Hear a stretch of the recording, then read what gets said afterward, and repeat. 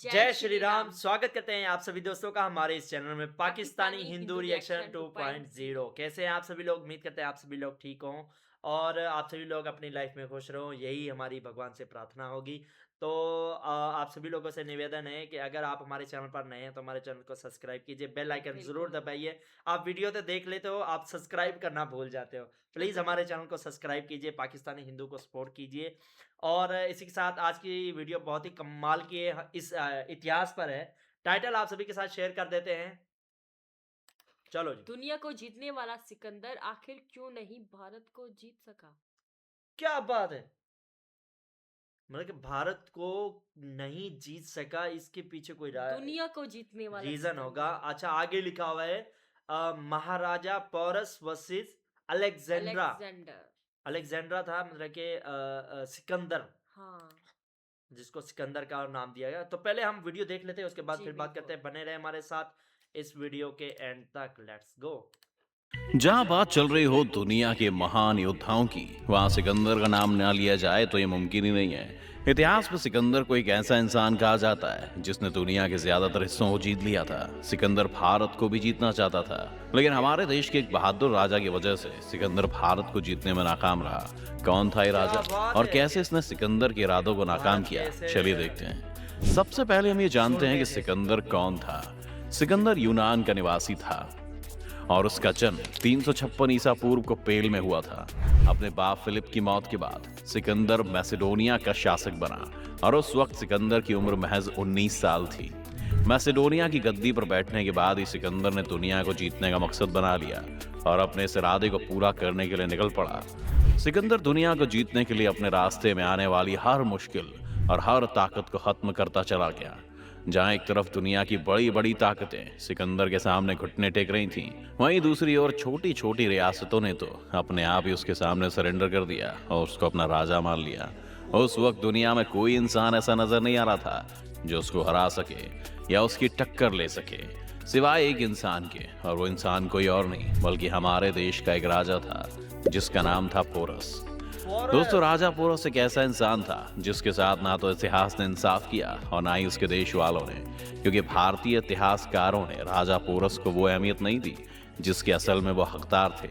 आपको जानकर हैरानी होगी कि राजा पोरस बिल्कुल के यार, बारे ऐसे में राजा तो दुनिया को वाकई में। ज्यादातर जानकारी यूरोपीय इतिहासकारों से मिली। भारतीय इतिहास में राजा पोरस के बारे में जानकारी तो है, लेकिन इतनी ज्यादा नहीं है। अब थोड़ी जानकारी राजा पोरस के बारे में हम आपको बता देते हैं। राजा पोरस ने अपनी सल्तनत कैसे हासिल की, इसके बारे में भारतीय इतिहास की किताबों में ज्यादा मालूमात नहीं है, लेकिन ये बात तो सच है कि 327 ईसा पूर्व झेलम नदी के किनारे जो एरिया आज पाकिस्तान के पास मौजूद है, वहां राजा पोरस का राज्य हुआ करता था।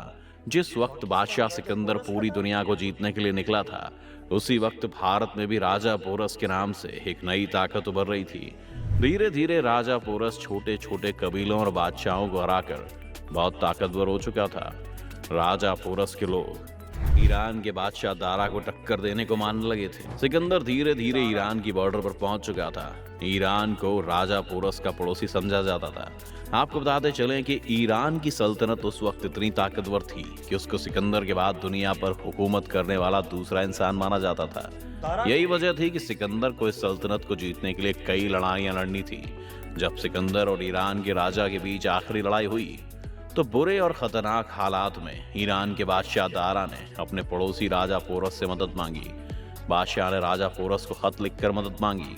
खत पढ़ते ही राजा पोरस ने अपनी तरफ से हाथियों का एक दस्ता ईरान के बादशाह के मदद के लिए भेज दिया, मगर सिकंदर को उसके जासूसों से इसकी खबर लग गई और उसने हाथियों के इस दस्ते को ईरान पहुंचने से पहले ही ईरान पर हमला कर दिया, जिसमें ईरान की ज्यादातर फौज मारी गई और बची हुई फौज ने खुद अपने बादशाह दारा को मार डाला और सिकंदर को अपना बादशाह मान लिया। राजा पोरस की तरफ से ईरान वालों के लिए भेजी गई मदद को देखकर सिकंदर को इस बात का अंदाजा हो गया था कि ईरान के बाद अभी भी एशिया में एक ऐसी ताकत है जो मेरे सामने लड़ाई के लिए खड़ी हो सकती है। इसीलिए सिकंदर ने इरादा किया कि अब वो इस ताकत को खत्म करके ही वापस लौटेगा। ईरान को पूरी तरह से अपने कब्जे में कर लेने के बाद सिकंदर अफगानिस्तान के रास्ते से होता हुआ भारत की ओर निकल पड़ा। रास्ते में पड़ने वाले छोटे छोटे कबीलों को अपनी हुकूमत में लेते हुए सिकंदर आगे बढ़ता चला गया। भारत की सीमा में घुसते ही तक्षशिला के राजा आभि ने सिकंदर का जोरदार स्वागत किया और उसके लिए एक जश्न का भी इंतजाम किया, जिसमें सारी रात शराब और नाच गाना हुआ। राजा आम्भी ने सिकंदर को मदद के लिए 5000 हाथी और कुछ सिपाही भी उसकी सेना में शामिल कर दिए। राजा आम्भी के अलावा बाकी छोटे राजाओं ने तो सिकंदर का सपोर्ट किया या चुपचाप बैठकर राजा पोरस की बर्बादी का तमाशा देखने का फैसला कर लिया। दस्तूर के मुताबिक सिकंदर ने राजा पोरस के दरबार में अपना एक आदमी भेजा।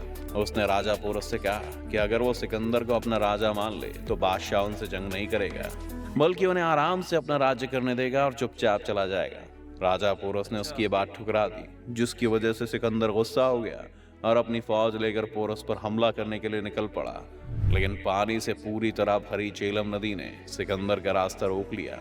नदी के उस पार अपनी पूरी फौज लेकर राजा पोरस भी सिकंदर का मुकाबला करने के लिए तैयार थे। इतिहासकारों का मानना है कि राजा पोरस के पास सिकंदर से ज्यादा बहादुर सिपाही थे, जो अपने देश के लिए अपनी जान तक देने के लिए तैयार थे। इसके अलावा पोरस की फौज में 300 ऐसे हाथी थे जिन्हें खास तौर से जंग के लिए तैयार किया गया था। उस वक्त हाथियों को जंग का सबसे ताकतवर हथियार माना जाता था।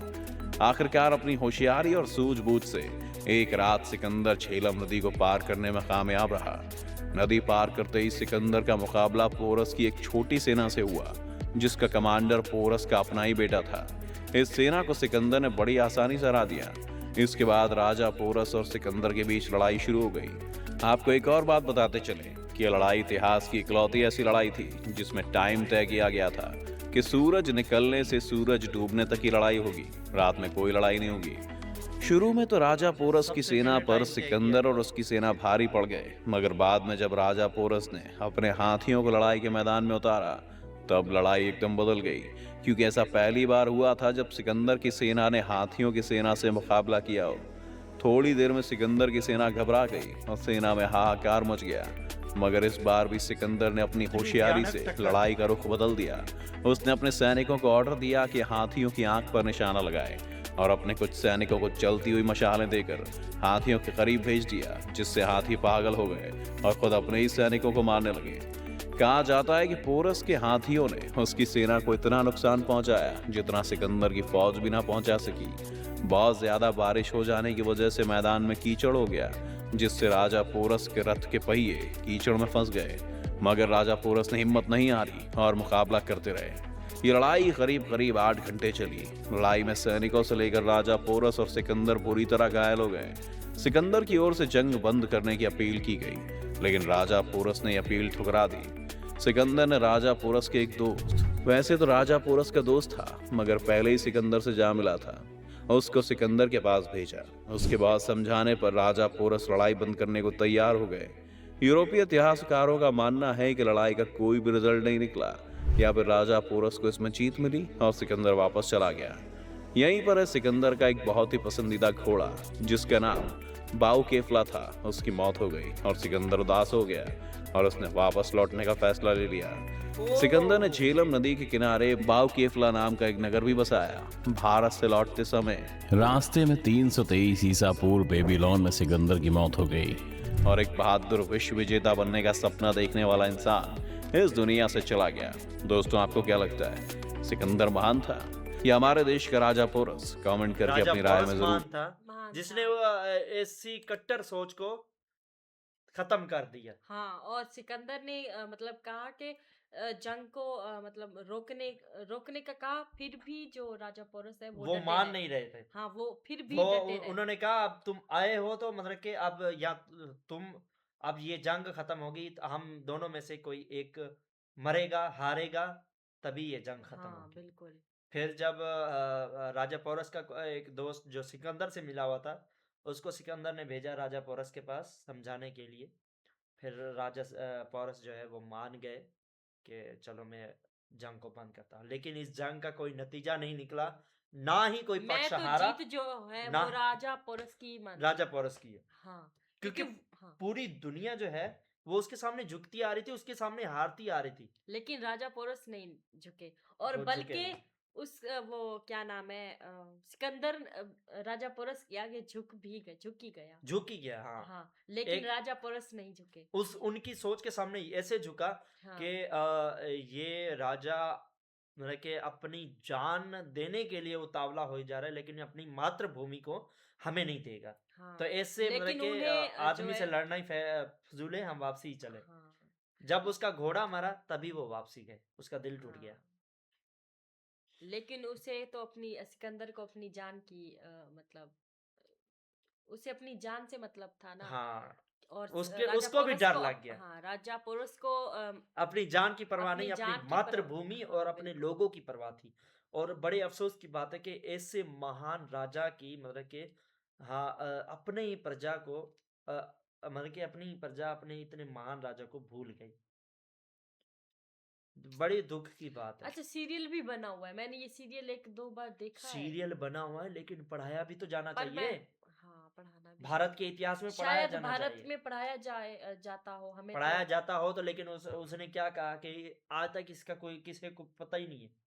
भारत में मुगलों का इतिहास पढ़ाया जाता है पर इस महान राजा का इतिहास नहीं पढ़ाया जाता। इतिहास तो इतिहास है ना, सबका पढ़ाया जाना चाहिए। हमारे ही लोग हैं जो हमारे ही जो महान लोग थे उन्हें गुप्त किया और रखा हुआ हाँ, है। और इतने शूरवीर योद्धा भारत के अच्छा, मतलब कि सिकंदर जो था वो मुस्लिम था या क्रिश्चियन था? इसका मुझे कंफर्म नहीं पता। मुझे तो क्रिश्चियन ही लगता है। यूनानी था। यूनानी कौन है होता है? यूनानी क्रिश्चियन भी होते हैं, मुस्लिम का मुझे नहीं पता। उस वक्त क्रिश्चियन थे, यूनानी थे। यहूदी यहूदी होंगी शायद, यहूदी था। यहूदी भी तो मुस्लिम ही होते हैं। कहीं किसने कहा? यहूदी फिर कौन होते हैं? यहूदियों यहूदियों से तो मुसलमानों की फुल मतलब कि लड़ाई है।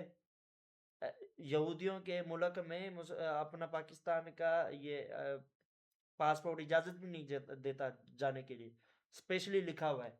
अच्छा, हर हाँ, मुस्लिम से वो इतना मतलब नफरत करते हैं या मुस्लिम पाकिस्तानी? हर मुस्लिम उनसे नफरत करता है। उनसे करता है? हाँ, तो वो यूनानी थे। यूनानी का मुझे कंफर्म नहीं पता, मैंने ऐसे कह दिया, शायद वो होंगे। अच्छा। यहूदी भी हो सकते हैं, क्रिश्चियन भी हो सकते हैं, मुझे कंफर्म नहीं पता। पर हम्म, जो भी हो, लेकिन हमारे राजा महान थे, बिल्कुल। राजा पोरस।